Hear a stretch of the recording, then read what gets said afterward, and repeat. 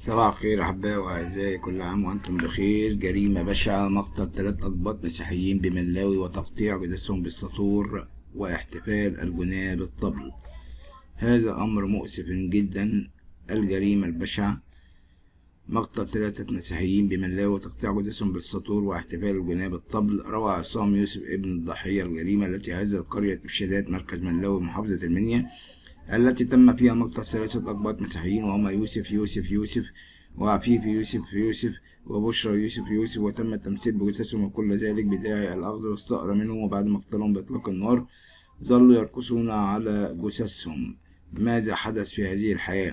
وأضاف عصام قائلا إن والده وشقيقه وعمه تعرضوا للهجوم من قبل الجناة أثناء عملهم بالزراعات بالأسلحة الآلية، ثم مثلوا جثثهم باستخدام الأسلحة البيضاء والساطور. والجناة الذين فعلوا ذلك هم 6 أشخاص يقومون بقرية جعوير، وقطعوا جثث المقتولين الأقباط بالساطور وعادوا إلى قريتهم وهم يحتفلون بعهد الصقر. وأكد عصام أن والده وشقيقه وعمه لا يعلمون بشيء عن هذا الصقر الذي يقول عنه الجناة، وأشار إلى أن هذا الصقر وقع منذ 70 عاما، ووالده وقتها كان طفلا، وما حدث لهم جريمة بشعة. وحولت قرية أبشادات مركز ملاوي محافظة المنيا لصراخ وعويل، بالأخص أن شقيقه متزوج ولديه 6 أبناء. واختتم عصام أن أحد الجناة عندما ارتكبوا هذه الجريمة سلم نفسه للشرطة، قال لهم إنه قام بذلك مفرده حتى ينتقم للثأر ولكن أهالي قرية إرشادات مركز ملاوي محافظة المنيا شاهدون على أنهم كانوا 6 أشخاص، وما فعلوه ودمروا 3 أسر دون ذنب ودون أن يعلموا أي شيء عن الثأر.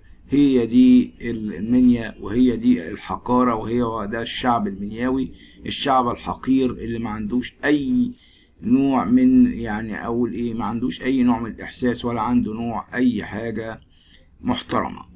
يعني الشعب المنياوي، أنا مش عايز أقول شعب لأن المنيا فيها ناس كتير محترمة، لكن الناس السفلة اللي بيعملوا كده دول أكيد ما يعرفوش ربنا. عاجل جدا مقتل 5 أشخاص في إطلاق نار داخل كنيسة بالولايات المتحدة بينهم أطفال. عاجل جدا مقتل 5 أشخاص في إطلاق نار داخل كنيسة بالولايات المتحدة بينهم أطفال. أعلنت الشرطة الأمريكية اليوم الثلاثاء مقتل 5 أشخاص من بينهم المشتبه به في حادث إطلاق نار داخل كنيسة في ساكرامنتو بكاليفورنيا. وقالت الشرطة الأمريكية أن المشتبه به في حادث إطلاق النار من بين القتلى، بالإضافة إلى أطفال الثلاثة جميعهم أقل من 15 سنة. وبدأ الحادث قبل الساعة 5:30 صباحا مساء اليوم الإسلامي بتوقيت الولايات المتحدة الأمريكية، عندما تم استدعاء الضباط عقب إطلاق نار داخل كنيسة في ساكرامنتو التي تقع عن طريق كذا. وأشارت التقارير إن ذاك بإطلاق النار على 5 أشخاص على الأقل. وأكدت إدارة الأسواق مقتل 5 أشخاص عدد الضحايا بينهم طفل، ولم تؤكد الشرطة بعدد العدد الدقيق للضحايا. وقد نشرت أيضا جريدة الوطن عن تلك الجريمة: أب يقتل أطفاله الثلاثة ثم ينتحر في كنيسة أمريكية بالولايات المتحدة ويقتل 5 أشخاص. قتل 4 أشخاص بينهم 3 أطفال نتيجة حادث إطلاق نار في مبنى كنيسة بمدينة ساكرامنتو بولاية كاليفورنيا الأمريكية. وأشارت قناة CBC الأمريكية نقلا عن الشرطة المحلية إلى انتحار مطلق النار ضحية 5 لا تتوفر معلوماته عنه. وقال مكتب شريف مقاطعة ساكرامنتو أن أبا أطلق النار وقتل أطفاله الثلاثة داخل الكنيسة قبل أن يطلق النار ويقتل نفسه، مضيفا أن هناك ضحية 5 لكن لا توجد معلومات معروفة عنها. رحم الله مصر، رحم الله كل من عاش بها. وخبر أخير وهو موضوع زيادة أسعار السجاير المحلية. أعلنت شركة الشرقية إيسترن كومباني عن زيادة أسعار منتجاتها من السجاير على أن يتم اعتبار من اليوم الثلاثاء اليوم الأول من 1 مارس 2022، وذلك بقيمة جنيها واحدا. وجاءت ذلك الزيادة استكمالا لقانون التأمين الصحي الشامل. وأرسل صدر البلد أسعار السجاير قبل الزيادة، وبعدها ارتفع سعر مونديال أحمر أزرق سيلفر من 20 إلى 21 جنيه، وسعر مونديال سويتش مونتول من 23 ل 24، وسعر كليوباترا بوكس 10 من 10 جنيهات إلى 11 جنيه ونص. ارتفع سعر سجاير بوسطن وبلومونت من 18 إلى 19 ونص، وسعر كليوباترا كينج سايز من 17 إلى 18 ونص. ارتفع سجاير كليوباترا سوفت كوين من 18 إلى 19 جنيه، زيادة سعر كليوباترا بوكس أبيض أو ألوان من 19 إلى 20 جنيه. وارتفع سعر سجاير سوبر ستار من 20 إلى 21 جنيه، وسجل سعر كليوباترا بلاك عند 24 جنيه، وسجلت سعر سجاير مونتسان سوبر 24 جنيه. 34.4 مليار إيرادات في كل 6 أشهر. ودارت نتائج. أعلنت الشركة الشرقية إيسترن كومباني خلال النصف الأول من العام المالي المنتهي ب 31 ديسمبر 2021 تحقيق إجمالي إيرادات 34.4 مليار جنيه مقابل 32.59 مليار جنيه في الفترة المقبلة من العام الماضي بنسبة نمو بلغت 6%. وحققت الشركة الشرقية صافي مبيعات 8.55 مليار جنيه مقابل 8.1.6 جنيه في مليار جنيه في نفس فترة المقارنة بالنسبة نمو بلغت 4% مدعومة بقطاع السجائر المحلي. وبلغ مجمل الربح 3.86 مليار جنيه مقابل 3.44 مليار جنيه بنسبة زيادة بلغت 12% عن المدة ذاتها من العام المالي السابق. يذكر أن الشركة الشرقية إيسترن كومباني هي شركة مساهمة مصرية خاضعة للقانون رقم 159 للشركات المساهمة، مصنفة من أكبر 100 شركة في الشرق الأوسط حسب ويز. وتسعى الشركة من خلال سياسة الجودة إلى تحقيق التمييز والقدرة التنافسية والربحية العالمية لمنتجاتها وكسب رضا عملائها بكافة الأسواق المحلية والخارجي. وهذا نقلناه من صدى البلد. والشيء المحزن من الشيء المحزن أيضا الرئيس السيسي يتحدث بانفعال عن منتقدي تطوير المنظومة التعليمية. الرئيس يتحدث بانفعال عن منتقدي تطوير المنظومة. وجه الرئيس عبد الفتاح السيسي رسائل للجميع قائلا: عشان أعمل شارع بنشيل 1000 بيت، يا ريت ننزل المرج والمطرية ونشوف الدنيا. وأضاف الرئيس عبد الفتاح السيسي خلال إطلاق المشروع القومي لتنمية الأسرة المصرية إنه عندما تدخلت الدولة لعلاج وحل مشكلة التعليم، الدكتور طارق شوقي وزير التربية والتعليم خد على دماغه لما مات.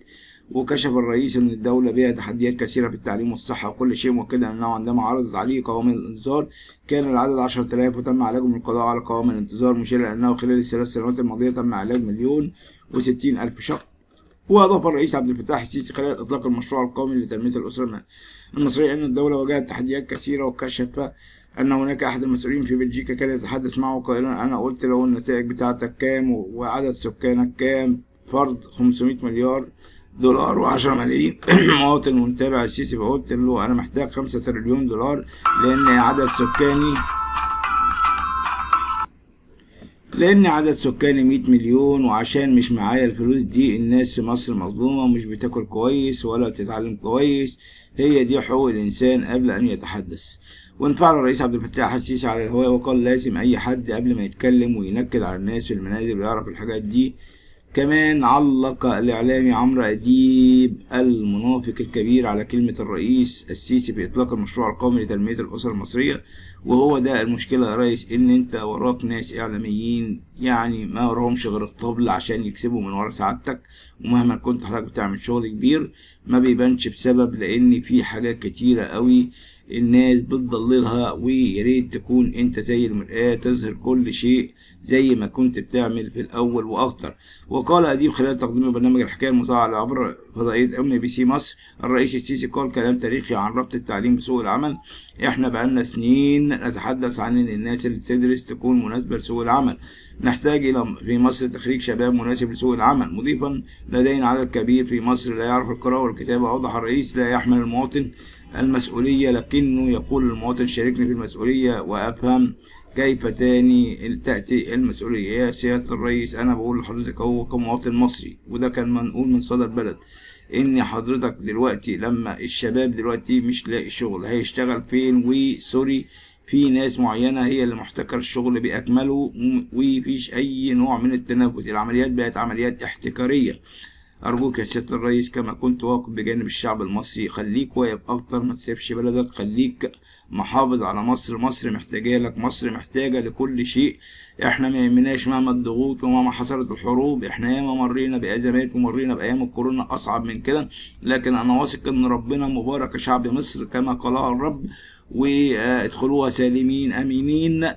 وجيشك يا رب. هو دلوقتي ده انا عارف ان هو هيقدر يعمل كل شيء، لكن ارجوك يا ريس خليك معانا، اوقف شوية الداخلية عن حدها لانها اصبحت يعني متجولة بتجول بشع. وبقى دلوقتي الامين الشرطة فاكر نفسه ان هو لواء شرطة زي الاول، وبيتعامل مع الناس باسلوب غير لائق خالص جدا جدا. عشان تروح تعمل محضر في الاسم لازم تتعاقب وتتأدب وتاخد فوق دماغك، ده لو انت مجني عليك، لكن لو انت متهم هتتحط فوق دماغك لانه بيخاف منك. حقيقي احنا دلوقتي متأكدين تماما ان احنا معانا رئيس قوي، رئيس المواطنة، رئيس الحب، رئيس السلام. شكرا لك أحبائي وأعزائي، وأرجو وأتمنى أن يكون لكم الفيديو يليق لكم بالإعجاب، ولا تنسوا اشتراككم في القناة، قناة الملكة والأميرة.